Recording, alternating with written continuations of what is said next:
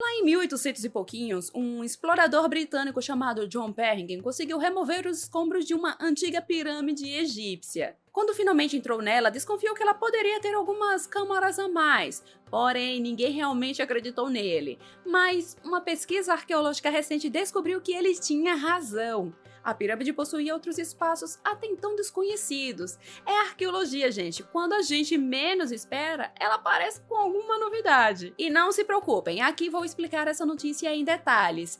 E com curiosidades adicionais, nada de vídeos de 30 segundos ou notícias copia e cola. Aqui conto tudo bem direitinho e com a qualidade que vocês que curtem curiosidades do passado merecem. Então vamos lá! Olá, este é o Arqueologia pelo Mundo. Meu nome é Márcia Jamili, sou arqueóloga e administradora do site Arqueologia Egípcia, e recentemente foi anunciada uma descoberta arqueológica no Egito que lançou nova luz sobre a arquitetura tumular há 4.000 anos. Foram descobertas 8 grandes câmaras dentro da tumba do rei Sarruré, que viveu durante a Quinta Dinastia, no Antigo Reino. Essas câmaras nunca antes haviam sido documentadas, embora, como já falei, existissem sugestões de sua suposta existência. A pirâmide desse rei tem 47 metros de altura e está localizada próximo de Saqqara, na necrópole de Abusir, que na antiguidade se chamava Per-Ussir, que significa Casa de Osíris, em homenagem ao deus do mundo dos mortos. Abusir foi por muito tempo o local favorito para a construção de tumbas para reis e nobres, desde a primeira dinastia Mastabas, que são estruturas funerárias antecessoras das pirâmides, foram construídas no local, e mais tarde alguns reis do Antigo Reino construíram suas pirâmides lá, a exemplo do rei Sarruré. O reinado de Sarruré foi notável pela considerável atividade comercial e por várias expedições contra as tribos saqueadoras que sempre assolavam as fronteiras do Egito, o que explica algumas imagens encontradas no complexo funerário de sua pirâmide. Sobre essas imagens comentarei já já.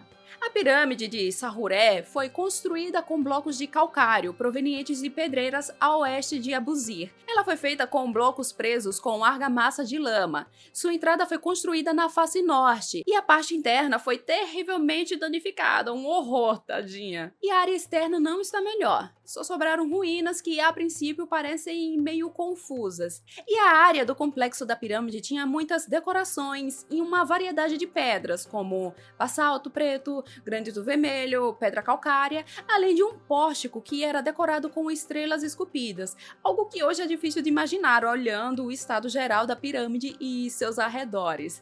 Mas na época da sua construção deveria ser algo realmente chamativo. Inclusive, deixa eu falar uma curiosidade aqui. A câmara funerária do rei possui aquele formato de chevron, que comento no nosso vídeo sobre a descoberta do corredor oculto da face norte na Grande Pirâmide.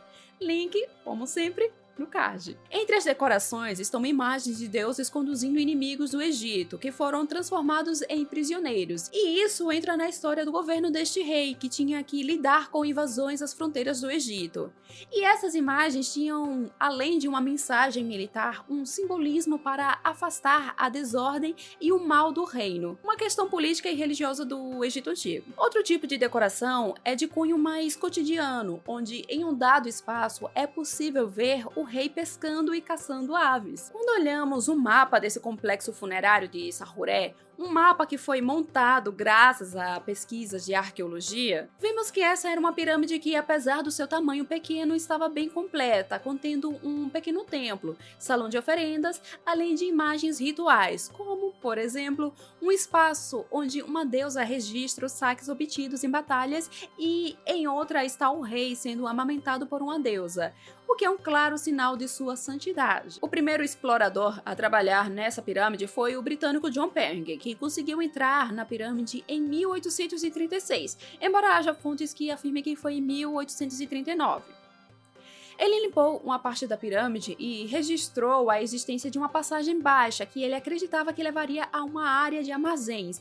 Porém, ele nunca conseguiu provar isso, já que a pirâmide estava em tão mau estado de conservação que estava colapsando. Inclusive, alguns membros de sua equipe ficaram gravemente feridos durante a tentativa de exploração do local. De acordo com Mohamed Ismail Khaled, o egiptólogo e líder da equipe, Perringen foi o primeiro a traçar um plano para a passagem dentro da pirâmide, trazendo troncos de palmeiras da aldeia de Midranhina para escorar os blocos soltos dentro dela, tipo, para ter um apoio para as pedras do teto não caírem. Como se fosse uma coluna, tipo, aqui é o teto, aí eles foram escorando as madeiras, tipo, de um lado e do outro, sabe? Daí, 10 dias depois, Perringen conseguiu chegar à câmara mortuária, que estava cheia de pedras quebradas. Lá encontrou restos de um sarcófago de basalto. Para a imprensa, Khaled disse que na parede leste dessa câmara, Perringen encontrou pichações antigas, mas Khaled não mencionou qual teria sido o teor delas. E ele encontrou também, o Perringen, né, uma passagem baixa, cheia de detritos e lixo, que impedia de entrar. Perringen não pôde seguir adiante, mas na década de 1890, outro explorador chamado Jacques de Morgan tentou trabalhar nesse sítio arqueológico. E mais tarde, entre 1902 e 1908, foi a vez de Ludwig Borchardt, que foi quem descobriu anos depois, em outro lugar do Egito, o busto da rainha Nefertiti, que, como eu posso falar, o levou de forma controversa e sem conhecimento dos egípcios para a Alemanha. História que já contei aqui no canal, link no card. Tanto de Morgan como Borchardt não foram capazes de confirmar a existência de uma outra câmara sugerida por Perringen dentro da pirâmide. Mas a arqueologia nunca desistiu dessa pirâmide e ela foi visitada por arqueólogos na década de 1960 e novamente em 2006, quando uma equipe de pesquisa chegou à entrada do vestíbulo. No entanto, a pesquisa foi cancelada devido ao perigo de desabamento. E aí uma nova tentativa foi feita, dessa vez em 2019, quando uma equipe de arqueólogos egípcios alemães analisou o exterior da pirâmide, e o que encontraram foram passagens que permaneciam cobertas de escombros.